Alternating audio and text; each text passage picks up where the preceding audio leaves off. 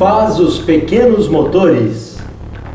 Se há coisas das quais não precisamos falar muito, são os motores elétricos. É raro que eles tenham uma pane. Eles não provocam fumaça e pegam sem que precisemos suplicar. Enfim, eles funcionam tão bem que nos perguntamos até como eles funcionam.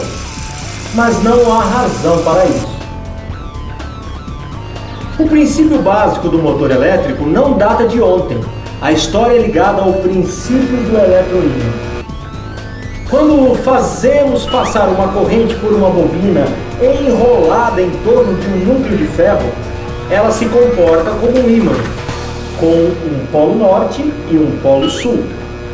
Mas quando os polos mudam, isso também muda, claro. De forma que um eletroímã pode atrair um ímã verdadeiro. Ou até mesmo um pedaço de metal. Mas não é isso que faz o motor. Certamente poderia-se imaginar um dispositivo como este aqui. Mas isso não seria muito prático para fazer funcionar um ventilador ou um aspirador. Então, coloquemos de preferência um ímã girando na frente de uma bobina. A corrente passa, o polo norte da bobina atrai o polo sul do ímã e isso gira. Mas para por aqui. Exceto, claro, se nesse momento eu precise inverter o sentido da corrente. E depois novamente, etc, etc. Mas isso também não seria muito prático. Segunda tentativa, eu substituo o ímã por uma bobina, também giratória. Eu faço passar uma segunda corrente, o que dá um segundo eletroímã, e isso gira. Porém, além de precisar alternar as correntes o tempo todo, eu terei os fios que se embaraçam, o que é ainda menos prático. Mas é nesse momento que intervém uma astúcia simples, mas fundamental: o coletor. Eu equipo minha bobina móvel de contato tendo esta forma aqui, separadas por um bom isolante. Os contatos que levam a corrente são fixos e se contentam em se esfregar sobre o coletor, de forma que, quando isso gira, a corrente continua passando. Esses contatos fixos nós os chamamos de vassoura ou escova, porque originalmente as pessoas faziam uso de fios finos que lembravam uma vassoura, mas que desde então já fazemos melhor com o grafite. São os carvões. Graças a essa astúcia, não temos mais problemas de fios com nossa bobina giratória. Ela continua a girar sozinha. É fácil de entender por quê. Quando esta corrente passa por essa bobina aqui, seu polo sul está aqui. Ele é atraído pelo polo norte da bobina fixa e isso gira.